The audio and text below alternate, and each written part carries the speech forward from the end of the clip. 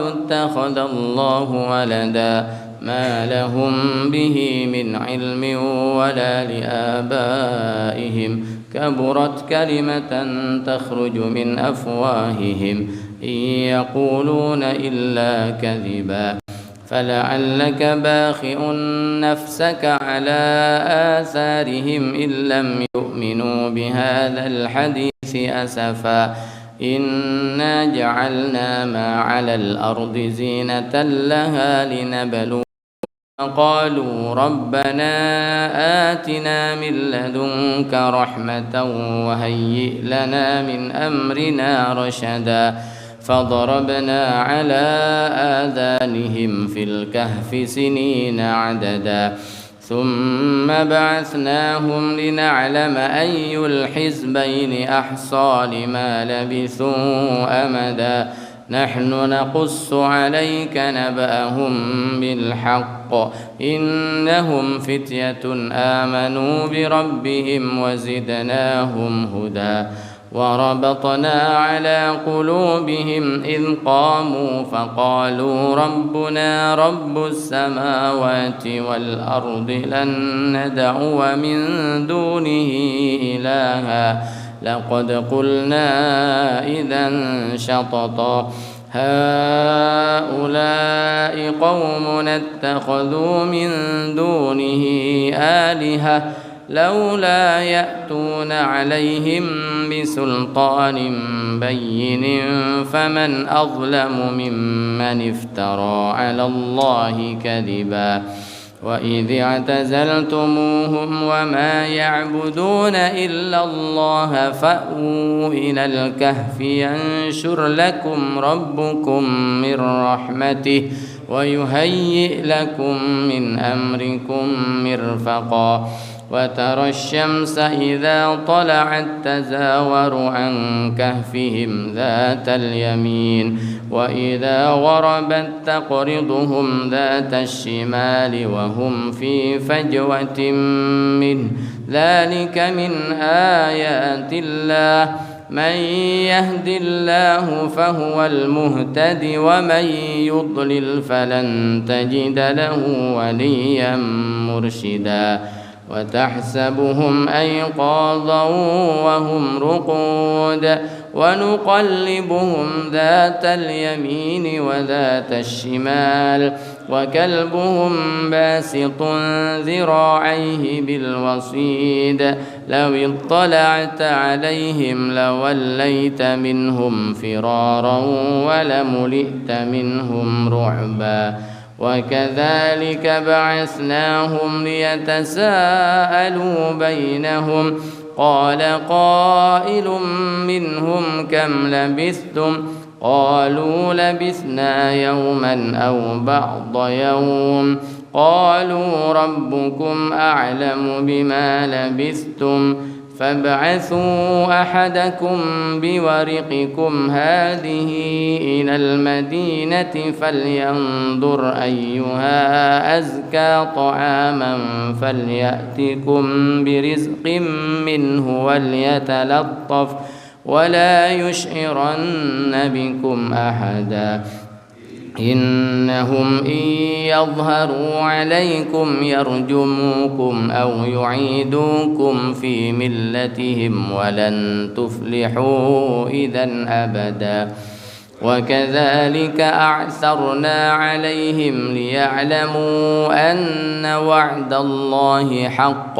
وأن الساعة لا ريب فيها إذ يتنازعون بينهم أمرهم فقالوا بنوا عليهم بنيانا ربهم أعلم بهم قال الذين غلبوا على أمرهم لنتخذن عليهم مسجدا سيقولون ثلاثة رابعهم كلبهم ويقولون خمسة سادسهم كلبهم رجما بالغيب ويقولون سبعة وثامنهم كلبهم قل ربي أعلم بعدتهم ما يعلمهم إلا قليل فلا تمار فيهم إلا مراء ظاهرا ولا تستفت فيهم منهم أحدا ولا تقولن لشيء إني فاعل ذلك غدا إلا أن يشاء الله واذكر ربك إذا نسيت وقل عسى أن يهديني ربي لأقرب من هذا رشدا ولبثوا في كهفهم 300 سنين وازدادوا 9 قل الله أعلم بما لبثوا له غيب السماوات والأرض أبصر به وأسمع ما لهم من دونه من ولي ولا يشرك في حكمه أحدا واتل ما أوحي إليك من كتاب ربك لا مبدل لكلماته ولن تجد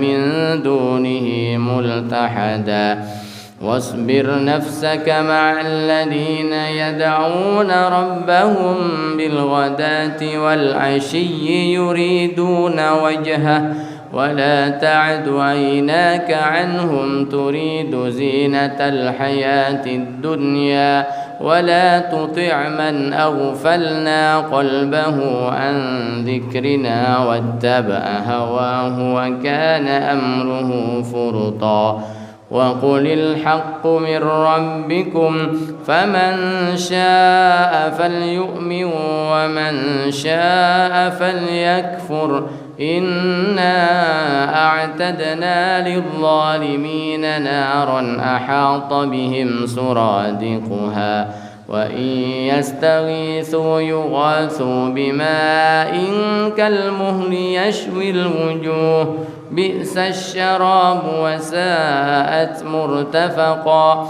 إن الذين آمنوا وعملوا الصالحات إنا لا نضيع أجر من أحسن عملا أولئك لهم جنات عدن تجري من تحتهم الأنهار يحلون فيها من أساور من ذهب ويلبسون ثيابا خضرا من سندس واستبرق متكئين فيها على الأرائك نعم الثواب وحسنت مرتفقا واضرب لهم مثل الرجلين جعلنا لأحدهما جنتين من أعناب وحففناهما بنخل وجعلنا بينهما زرعا كلتا الجنتين آتت أكلها ولم تظلم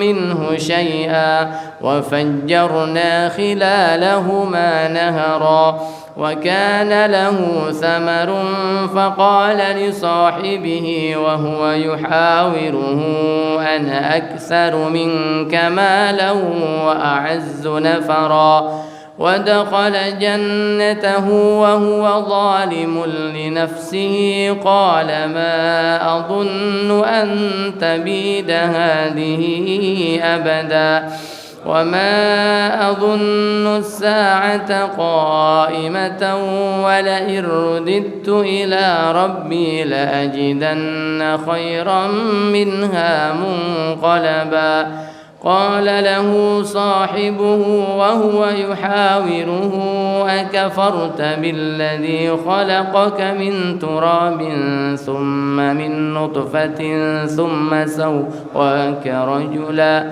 لكن هو الله ربي ولا أشرك بربي أحدا ولولا إذ دخلت جنتك قلت ما شاء الله لا قوة إلا بالله إن ترني أنا أقل منك مالا وولدا فعسى ربي أن يؤتيني خيرا من جنتك ويرسل عليها حسبانا من السماء فتصبح صعيدا زلقا أو يصبح ماؤها غورا فلن تستطيع له طلبا وأحيط بثمره فأصبح يقلب كفيه على ما أنفق فيها وهي خاوية على عروشها ويقول يا ليتني لم أشرك بربي أحدا ولم تكن له فئة ينصرونه من دون الله وما كان منتصرا هنالك الولاية لله الحق هو خير ثوابا وخير عقبا واضرب لهم مثل الحياة الدنيا كماء أنزلناه من السماء فاختلط به نبات الأرض فأصبح هشيما تذروه الرياح وكان الله على كل شيء مقتدرا المال والبنون زينة الحياة الدنيا والباقيات الصالحات خير عند ربك ثوابا وخير أملا ويوم نسير الجبال وترى الأرض بارزة وحشرناهم فلم نغادر منهم أحدا وعرضوا على ربك صفا لقد جئتمونا كما خلقناكم أول مرة بل زعمتم أن لن نجعل لكم موعدا ووضع الكتاب فترى المجرمين مشفقين مما فيه ويقولون يا ويلتنا ما لهذا الكتاب لا يغادر صغيرة ولا كبيرة إلا أحصاها ووجدوا ما عملوا حاضرا ولا يظلم ربك أحدا وإذ قلنا للملائكة اسجدوا لآدم فسجدوا إلا إبليس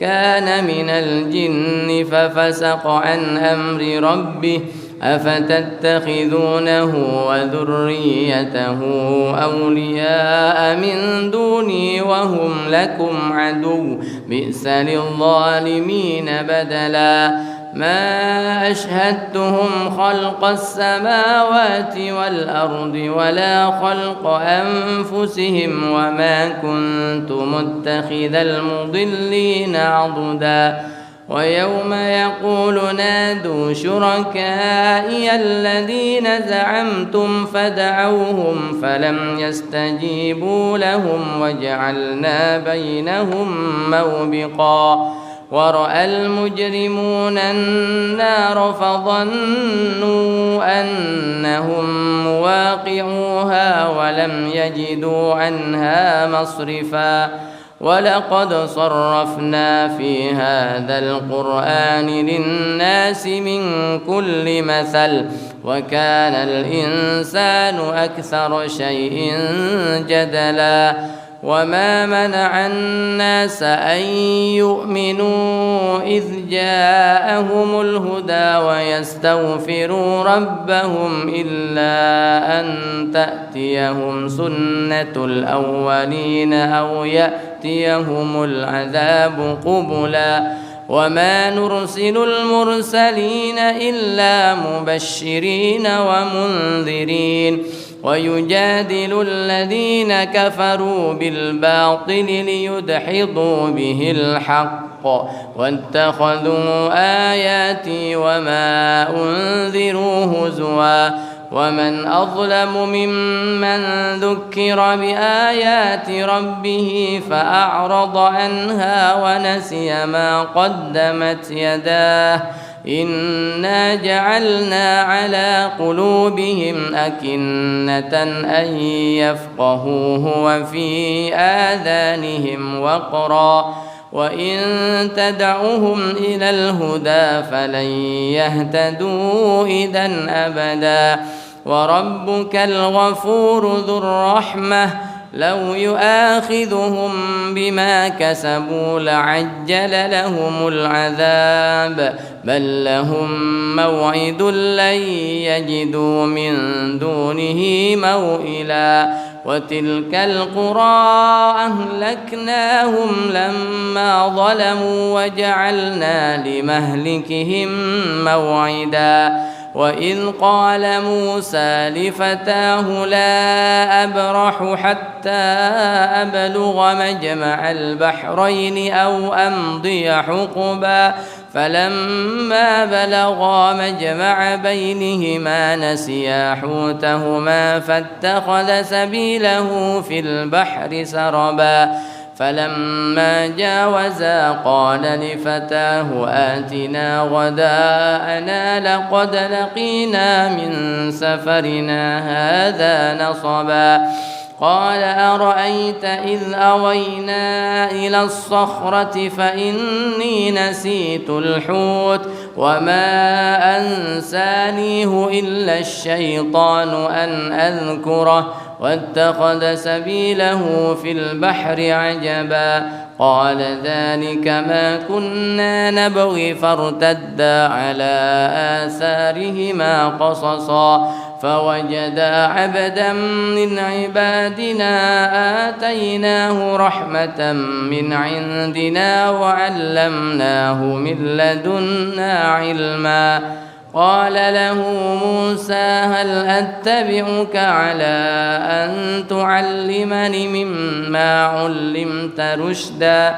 قال إنك لن تستطيع معي صبرا وكيف تصبر على ما لم تحط به خبرا قال ستجدني إن شاء الله صابرا ولا أعصي لك أمرا قال فإن اتبعتني فلا تسألني عن شيء حتى أحدث لك منه ذكرا فانطلقا حتى إذا ركبا في السفينة خرقها قال أخرقتها لتغرق أهلها لقد جئت شيئا إمرا قال ألم أقل إنك لن تستطيع معي صبرا قال لا تؤاخذني بما نسيت ولا ترهقني من أمري عسرا فانطلقا حتى إذا لقيا غلاما فقتله قال أقتلت نفسا زكية بغير نفس لقد جئت شيئا نكرا قال ألم أقل لك إنك لن تستطيع معي صبرا قال إن سألتك عن شيء بعدها فلا تصاحبني قد بلغت من لدني عذرا فانطلقا حتى إذا أتيا أهل قرية استطعما أهلها فأبوا أن يضيفوهما فوجدا فيها جدارا يريد أن ينقض فأقامه قال لو شئت لاتخذت عليه أجرا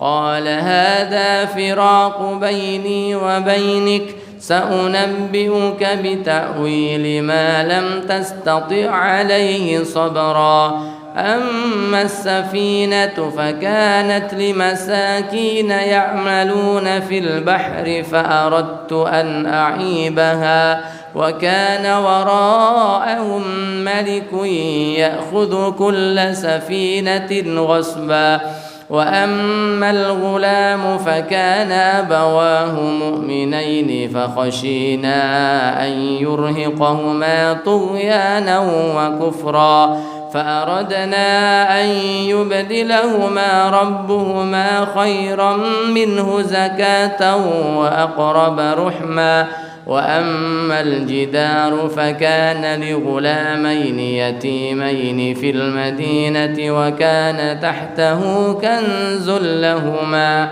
وكان أبوهما صالحا فأراد ربك أن يبلغا أشدهما ويستخرجا كنزهما رحمة من ربك وما فعلته عن أمري ذلك تأويل ما لم تسطع عليه صبرا ويسألونك عن ذي القرنين قل سأتلو عليكم منه ذكرا إنا مكنا له في الأرض وآتيناه من كل شيء سببا فأتبع سببا حتى إذا بلغ مغرب الشمس وجدها تغرب في عين حمئة ووجد عندها قوما قلنا يا ذا القرنين إما أن تعذب وإما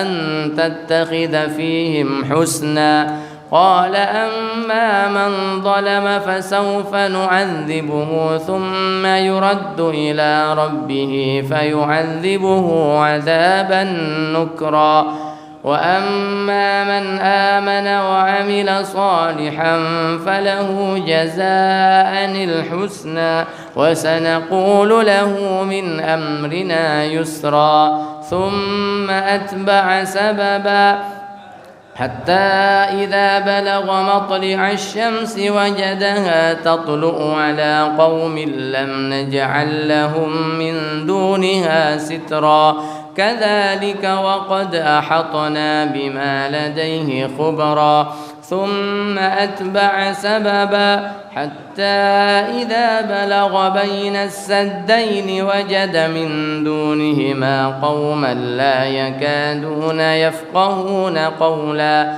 قالوا يا ذا القرنين إن يأجوج ومأجوج مفسدون في الأرض فهل نجعل لك خرجا على أن تجعل بيننا وبينهم سدا قال ما مكني فيه ربي خير فأعينوني بقوة أجعل بينكم وبينهم ردما آتوني زبر الحديد حتى إذا ساوى بين الصدفين قال انفخوا حتى إذا جعله نارا قال آتوني أفرغ عليه قطرا فما استطاعوا أن يظهروه وما استطاعوا له نقبا قال هذا رحمة من ربي فإذا جاء وعد ربي جعله دكا وكان وعد ربي حقا وتركنا بعضهم يومئذ يموج في بعض ونفخ في الصور فجمعناهم جمعا وعرضنا جهنم يومئذ للكافرين عرضا الذين كانت أعينهم في غطاء عن ذكري وكانوا لا يستطيعون سمعا أفحسب الذين كفروا أن يتخذوا عبادي من دوني أولياء إنا أعتدنا جهنم للكافرين نزلا قل هل ننبئكم بالأخسرين أعمالا الذين ضل سعيهم في الحياة الدنيا وهم يحسبون أنهم يحسنون صنعا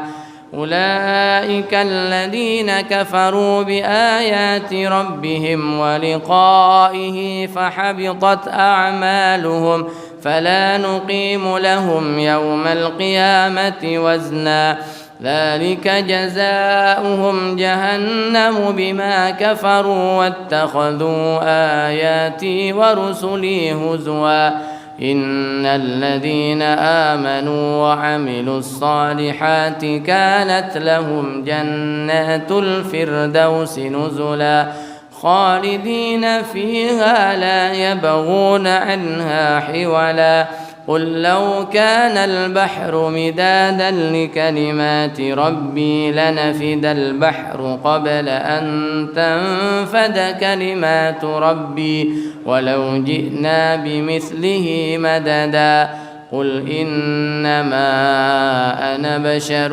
مثلكم يوحى إلي أنما إلهكم إله واحد فمن كان يرجو لقاء ربه فليعمل عملا صالحا ولا يشرك بعبادة ربه أحدا صدق الله العظيم. الفاتحة. بسم الله الرحمن الرحيم الحمد لله رب العالمين الرحمن الرحيم مالك يوم الدين إياك نعبد وإياك نستعين اهدنا الصراط المستقيم صراط الذين أنعمت عليهم غير المغضوب.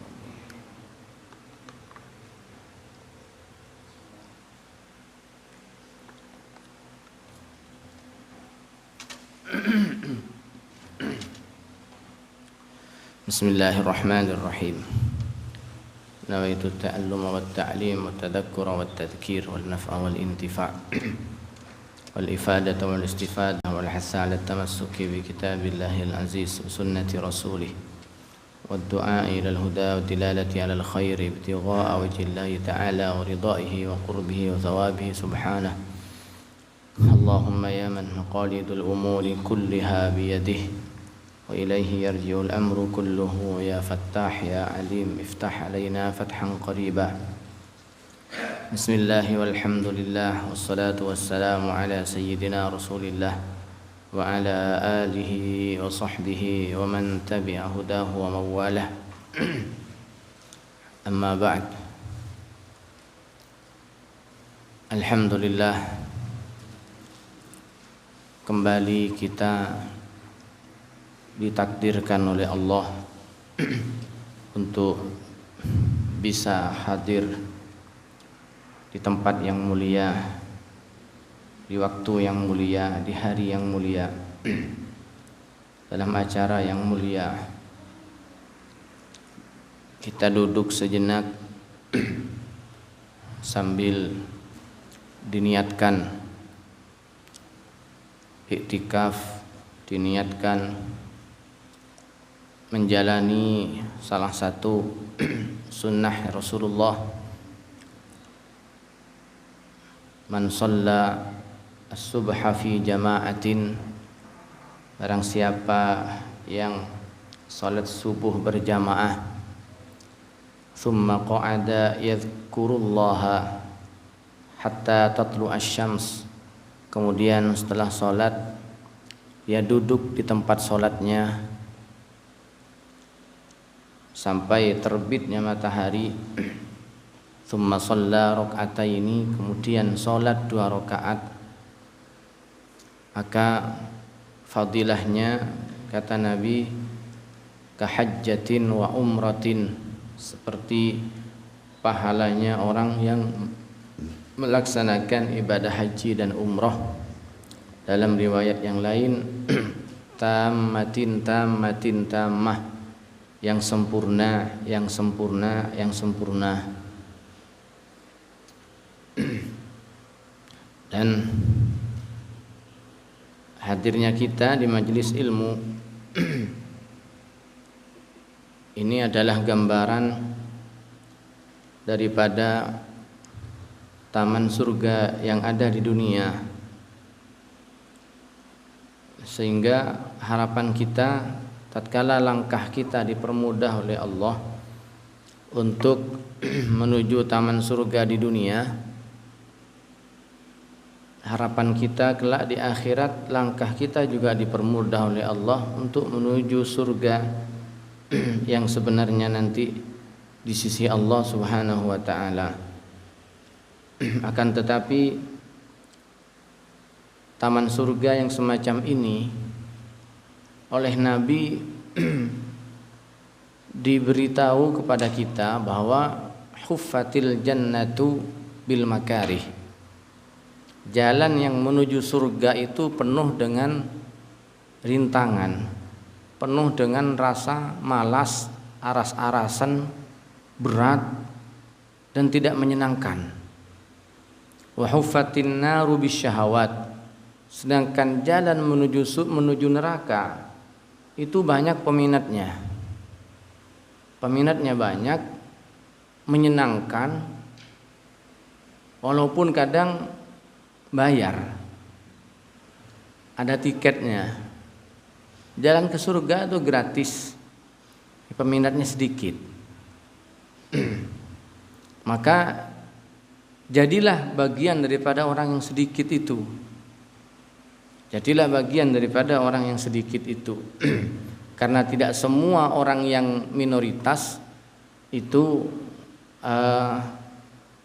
tidak semua yang mayoritas itu yang menang, enggak.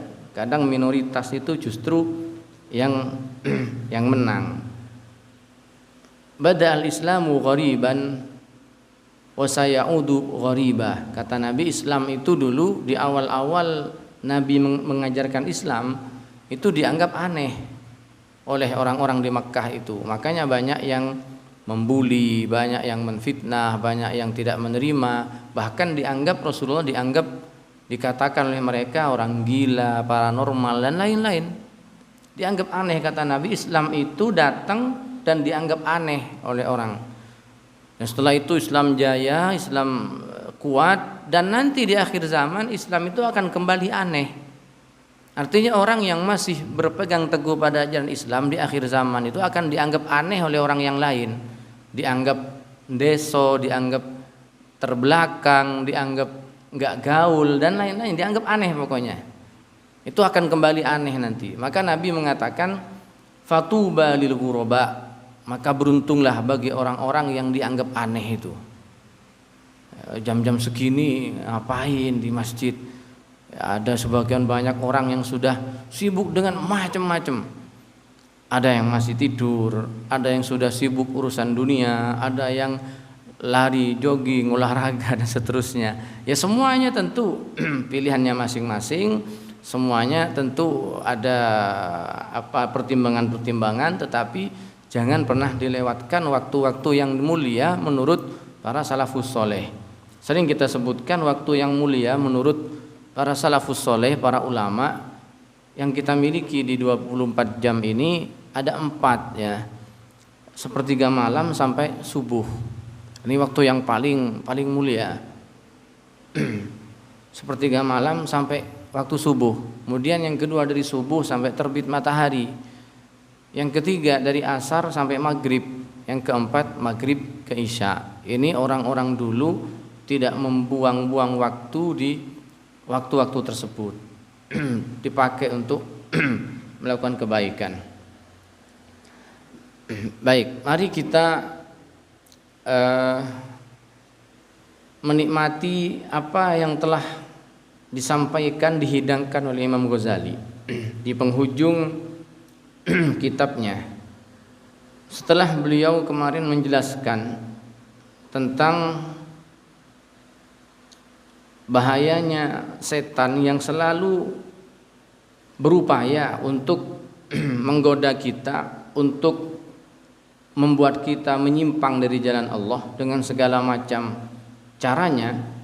Dan kata Imam Ghazali, orang yang nurutin setan itu tidak akan sampai pada tujuan. Orang yang menuruti kemauan setan tidak akan sampai pada tujuan.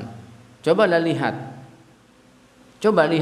perhatikan orang-orang yang selalu nurutin apa yang dibisikkan oleh rayuan-rayuan setan itu tidak akan sampai kepada tujuan. Fatlub syaitonan mislak, kata Imam Ghazali. Coba lihat atau cari orang yang perilakunya seperti setan. Kemarin sudah kita sebutkan ciri-cirinya. Ada setan berupa jin yang tidak nampak, ada setan berupa manusia. Lalu kata beliau, "Tsumma a'lam annaka qattu la yasfu lakal mulku fi mahallatik fadlan an qaryatika wa baladik thumma yafutuka bihil mulkul muqim wan na'imud daim fi jiwari rabbil alamin. Kita ini hidup di dunia, ada kalanya kita ini menjadi pemimpin, ada kalanya kita menjadi yang dipimpin. Itu pasti sudah.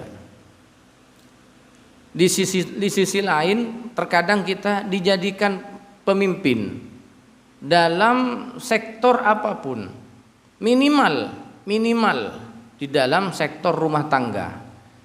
Di rumah kita sendiri kita adalah pemimpin bagi istri, pemimpin bagi anak, pemimpin bagi siapapun yang satu rumah dengan kita. Ini minimal skala yang sangat sempit sekali, paling tidak pemimpin dalam rumah tangga. Di waktu yang sama kita kadang menjadi yang dipimpin karena kita ya rakyat, misalnya kita warga, sehingga kita harus tahu memposisikan diri. Tugas menjadi pemimpin, setiap pemimpin akan diminta pertanggungjawabannya atas kepemimpinannya. Kata Nabi, kullukum ra'in, setiap dari kalian adalah ra'in, pemimpin. Wa kullu ra'in mas'ulun an ra'iyatih, dan setiap pemimpin nanti akan diminta pertanggungjawaban tentang kepemimpinannya. Mimpin keluarga gimana, mimpin anak gimana. Kalau dia lebih luas lagi, misalnya pemimpin perusahaan, gimana karyawan-karyawannya, hanya urusan dunia saja yang diperhatikan atau justru juga perhatian dengan urusan akhiratnya karyawannya, walaupun bukan kewajiban, ngajak mereka sholat, mengingatkan mereka tentang kebaikan-kebaikan dan seterusnya. Itu kalau kita jadi pemimpin. Atau paling tidak, saya tidak punya keluarga, pemimpin untuk kita sendiri, pemimpin untuk diri kita sendiri, pemimpin untuk kedua mata kita, pemimpin untuk telinga kita, pemimpin untuk tangan kita, pemimpin untuk kaki kita, karena semua yang mengendalikan kita di bawah kekuasaan kita. Maka nanti sama akan diminta pertanggungjawaban. Dan sampai dari pemimpin yang paling bawah sampai pemimpin tertinggi, apapun di dunia ini pemimpin tertinggi, biasanya orang itu kalau sudah menjadi pemimpin banyak yang lupa dengan kewajiban-kewajibannya, yang banyak kemudian terlena dengan apa yang sudah dia nikmati selama ini. Dan ternyata apalagi menjadi pemimpin dalam skala besar, Imam Ghazali mengatakan fi mahallatik, jadi pemimpin di daerahmu, RT, RW misalnya. Ya, kalau pemimpin yang paling bawah dalam urusan pemerintahan ya kan itu RT, RW, atau lebih tinggi lagi jadi lurah misalnya, tinggi lagi camat, tinggi lagi sampai presiden. Kalau sekarang presiden, kalau dulu raja. Atau raja itu apa bedanya dengan presiden? Kalau presiden kan diikat dengan peraturan, masa kepemimpinannya dibatasi, kemudian wilayahnya dibatasi. Raja sekalipun, kalau raja itu enggak dibatasi. Khalifah itu dalam Islam, khalifah itu memimpin seluruh negara-negara Islam, satu komando. Dan khalifah itu, raja itu biasanya seumur hidup. Kalau enggak dikudeta, kalau enggak diperangi dan lain-lainnya, seumur hidup. Nah, ini yang biasanya sering orang pemimpin-pemimpin semacam ini sering lupa dengan apa yang seharusnya dilakukan.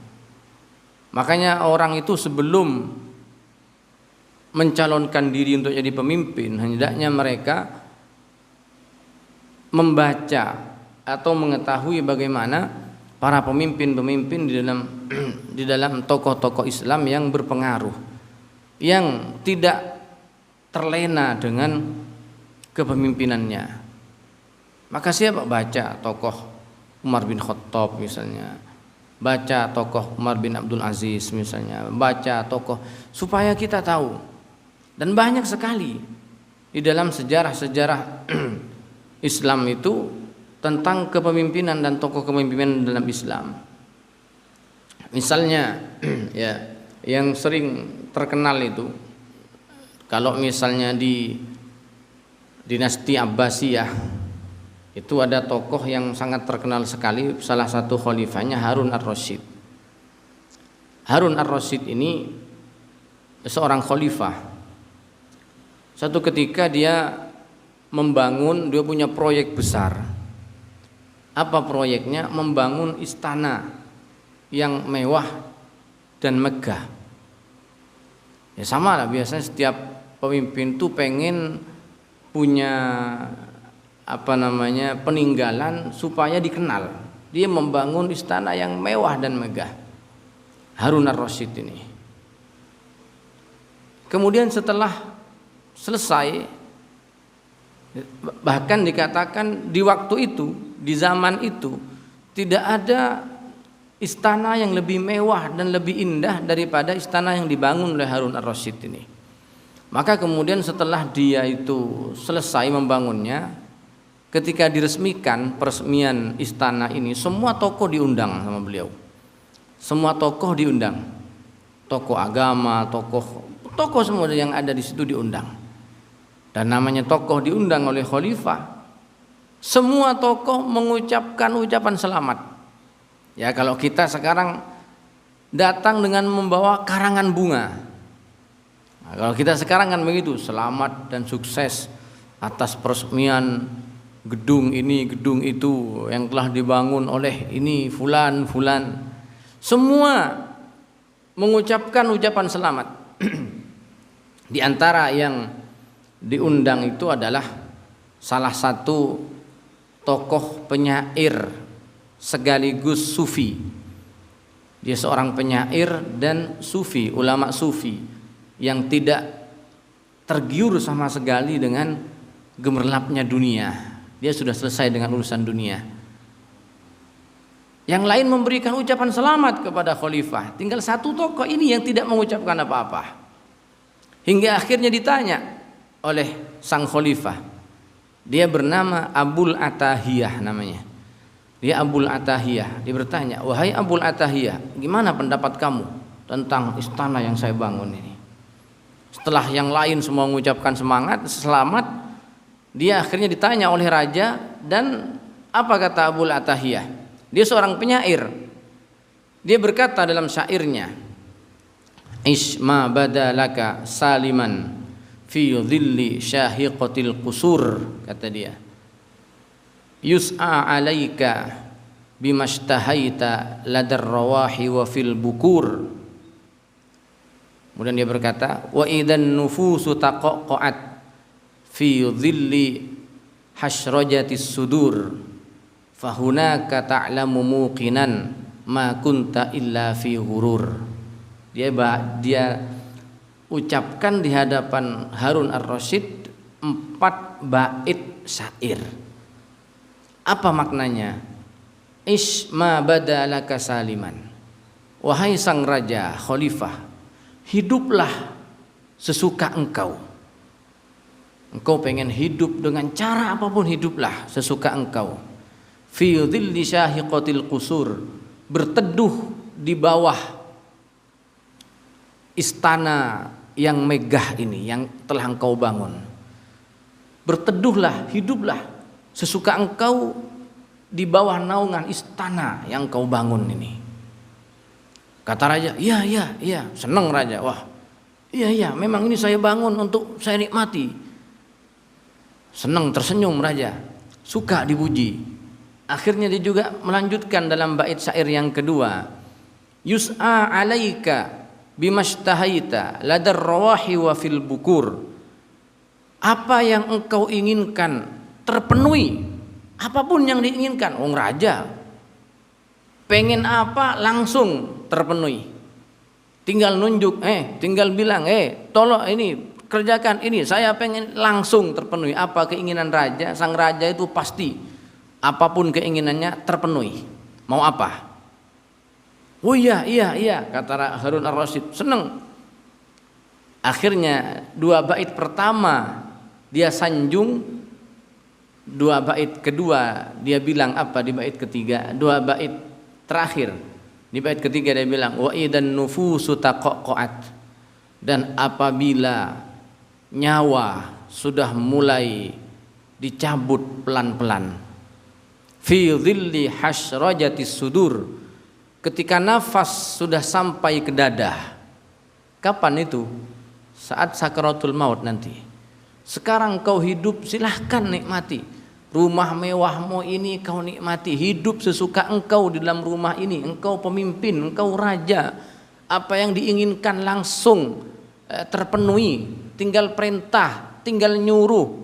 Bawahannya siap mengatakan, siap komandan, siap, pasti semuanya siap. Nggak ada yang nggak siap kalau pemimpin yang bilang, pasti siap, langsung begitu kan biasanya. Nggak ada yang nggak siap, pasti siap. Tapi nanti, kata beliau, ketika nyawamu dicabut pelan-pelan, nyawa itu dicabutnya itu dari arah bawah. Dari kaki itu nyawa kita itu kalau kita sakaratul maut dicabut pelan-pelan dari bawah, sehingga yang mati terlebih dahulu kaki, terus sampai ke sini ya. Dan kata beliau, wa idan nufusu taqaqat fi dhilli hasrajatis sudur, dan kalau nafasmu sudah sampai di dadamu, ya sebentar lagi habis, tapi masih sadar, masih hidup dia, maka apa? Kata Abul Atahiyah di akhir baitnya, fahunaka ta'lamu mukinan, di saat itulah engkau sadar dan yakin seyakin-yakinnya. Saat apa? Saat nyawanya, nafasnya sudah sampai di dada. Di saat itulah engkau akan yakin dan sadar,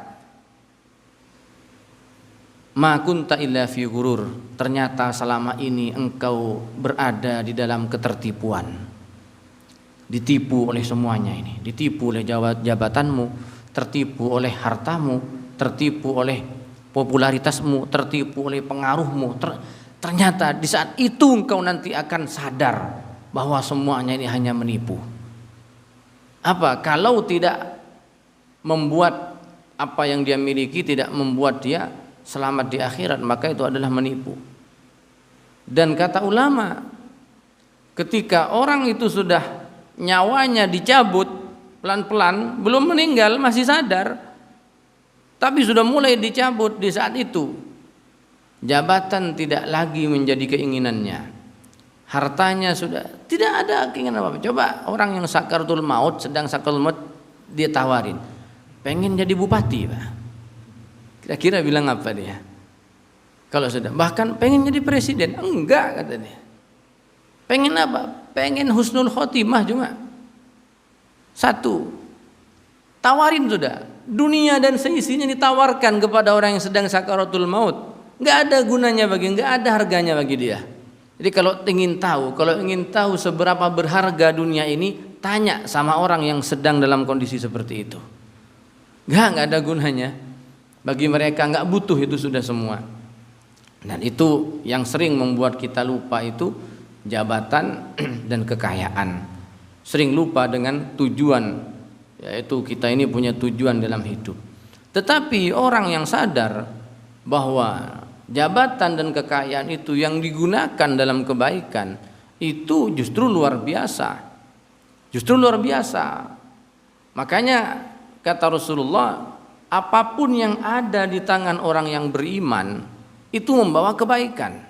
Orang yang beriman itu oleh Allah diposisikan dimanapun, asalkan keimanannya mempengaruhi perilakunya, itu pasti bawa kebaikan. Dengan catatan keimanannya bisa mempengaruhi perilakunya. Bukan hanya keimanan Islam hanya ketika dilihat di KTP-nya, tetapi perilakunya tidak mencerminkan sebagai orang Islam, itu beda. Orang beriman, kata Nabi, di apapun yang diberikan oleh Allah kepada dia pasti membawa kebaikan. Orang yang beriman dijadikan orang kaya oleh Allah, maka jadilah seperti Utsman bin Affan, jadilah seperti Abdurrahman bin Auf, jadilah seperti sahabat-sahabat Nabi yang kaya-kaya, semuanya digunakan dalam kebaikan kekayaannya. Kalau orang beriman diberi jabatan, maka muncul tokoh-tokoh yang menjadi pejabat yang diridhoi oleh Allah. Muncul Khulafaur Rasyidin, muncul Umar bin Abdul Aziz, muncul banyak sekali tokoh-tokoh yang memperjuangkan, menggunakan jabatannya untuk berjuang fisabilillah, sehingga kebijakan-kebijakannya semuanya itu berdasarkan kemaslahatan dan semata-mata tidak ada lain kecuali untuk berkhidmah melayani makhluknya Allah dan umatnya Rasulullah. Sebetulnya enak, orang jadi pejabat tuh mau berbuat baik tuh gampang sekali. Ya tinggal teken tanda tangan, ya sudah selesai. Kebijakan muncul, semua orang banyak tertolong, dibantu dan seterusnya, itu gampang sebetulnya. Cuma kadang ya itu tadi, ketika jabatan dinikmati dengan berlebihan, maka biasanya orang itu akan suka lupa dengan daratan. Maka lupa dengan hisab, lupa dengan macam-macam. Lupa padahal kalau yang berurusan dengan harta, dengan apa namanya jabatan, itu hisabnya luar biasa. Makanya insya Allah besok kami ada kajian di Masjid Rodatul Thalibin di kampus di UIJ, masjid di sana. Insya Allah kami akan bahas tentang muhasabah akhir tahun. Kenapa penting muhasabah akhir tahun? Sebetulnya muhasabah itu tidak hanya akhir tahun, tapi sekarang sering dijadikan momen kalau akhir tahun dan muhasabah. Kenapa? Untuk ngimbangi minimal. Karena orang-orang yang sibuk dengan dunia itu di akhir tahun mereka mengadakan muhasabah. Kantor-kantor itu Desember itu sibuk dengan istilah tutup buku. Coba tanya, banyak orang lembur sekarang. Apa? Tutup buku. Sehingga pembukuan selama setahun ini mulai mau tutup buku, sehingga apa? Itu namanya muhasabah. Menghitung, dicek lagi selama setahun ini. Kalau perusahaan untung apa rugi? Diteliti lagi selama 1 tahun ini, dilihat bukunya, neracanya dilihat, keuntungannya. Kalau untung masih dihisap lagi, dilihat lagi lebih berapa persen keuntungan tahun ini, lalu dibandingkan dengan tahun sebelumnya. Kalau misalnya lebih banyak tahun sebelumnya, itu di muhasabah lagi. Ini kok sekarang bisa menurun keuntungannya? Apa masalahnya? Harus dibenahi, jangan sampai tahun depan lebih keuntungan lebih sedikit lagi. Berarti macam-macam. Itu orang sekarang ini kalau jenengan tanya sama karyawan-karyawan di mana-mana itu pasti sibuk dengan itu, namanya muhasabah. Semua dicatat oleh mereka. Tapi pernah nggak kita mencatat amal kita sendiri? Lalu di muhasabah selama setahun. Gimana sholat kita? Dari yang paling, karena nanti di akhirat yang pertama kali dihisab itu sholat. Ya, coba dihisab sholat kita, ya yang inget-inget saja lah. Hisab sendiri sholat kita, gimana sholat kita selama ini? Oh alhamdulillah Pak, sudah sholat nggak pernah kosong, alhamdulillah sholat. Tapi coba bandingkan sama yang kemarin, masih nggak sama yang tahun kemarin sholat kita? Iya masih. Apa? Ya jarang berjamaah, masih kayak kemarin. Setelah itu ya kita, itu namanya nggak ada peningkatan. Karena perusahaan itu kalau nggak ada peningkatan pasti karyawannya dimarah-marahin. Kenapa nggak ada peningkatan? Kenapa kok sama seperti kemarin? Apalagi sampai rugi. Untung aja masih dibedakan dengan tahun yang kemarin, keuntungannya lebih besar tahun kemarin, itu masih dicari-cari lagi apa penyebabnya. Maka harus dihisab dulu kita ini biar mengimbangi seperti itu. Apa saja yang perlu dihisab dan seterusnya, itu penting untuk menumbuhkan kesadaran bahwa yang selama ini kita lakukan ini harus ada yang, kalau kebaikan kalau itu kebaikan kata Imam Al-Mawardi, kalau itu kebaikan, supaya kebaikan itu minimal dipertahankan di masa yang akan datang. Kalau itu keburukan yang kita hisab dari diri kita, minimal tidak lagi terjadi di masa yang akan datang.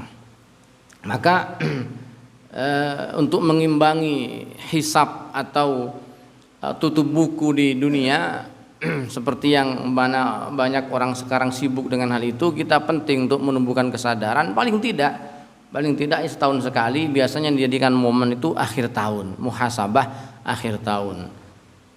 Sebetulnya muhasabah itu kata Imam Al-Mawardi, muhasabah itu tiap hari kita itu harus muhasabah diri. Kapan waktunya? Menjelang tidur.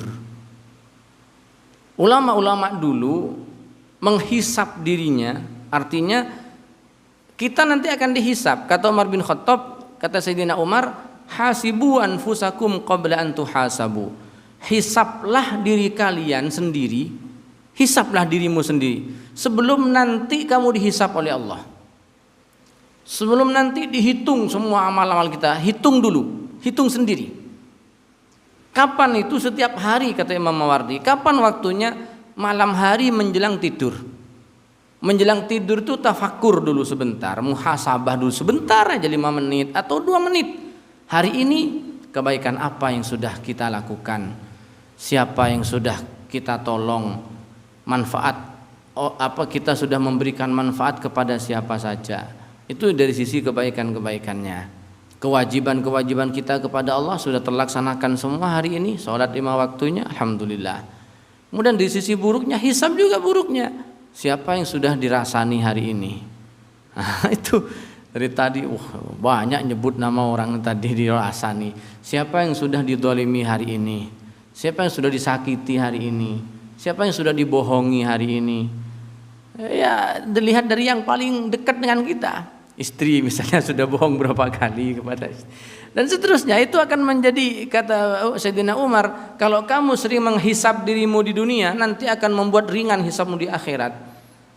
Kenapa membuat ringan? Karena orang yang menghisap dirinya lalu ditemukan keburukan-keburukan, pasti dia menyesal, pasti menyesal.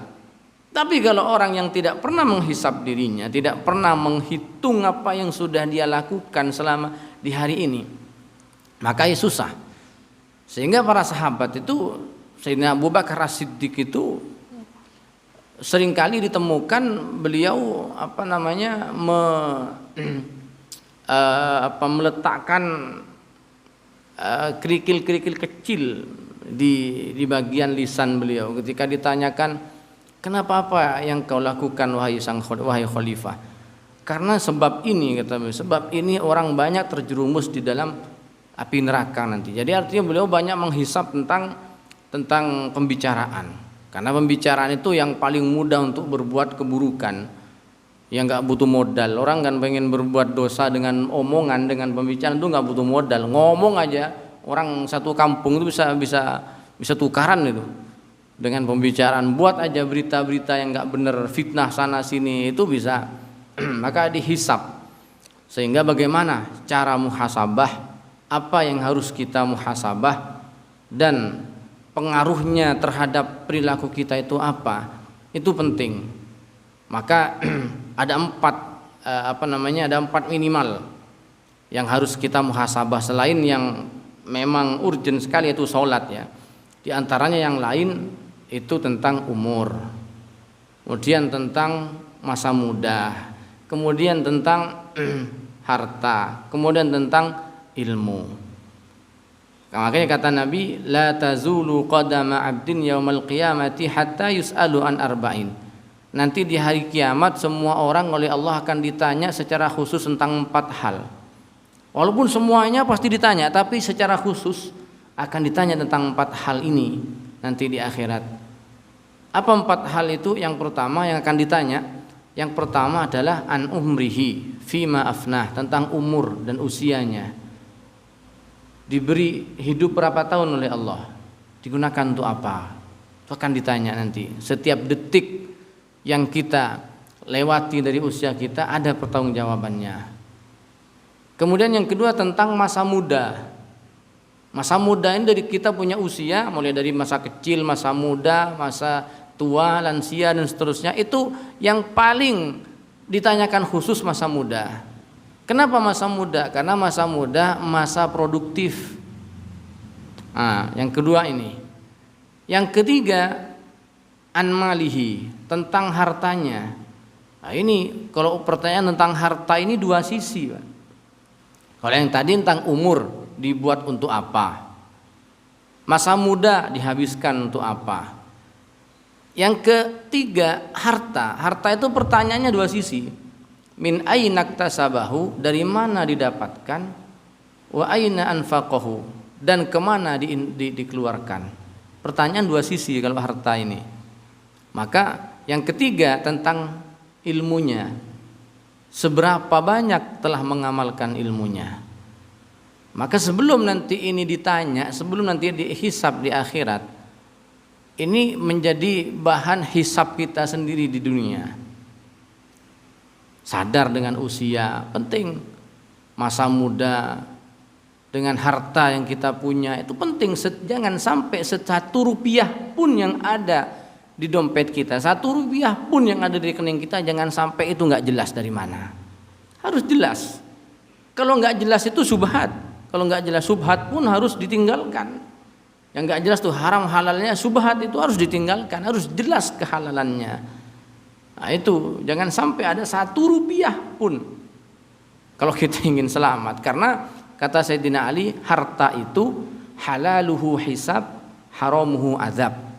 Harta itu halalnya saja dihisab, kalau haram azab. Itu harta itu halalnya saja dihisab, haramnya ya pasti azab.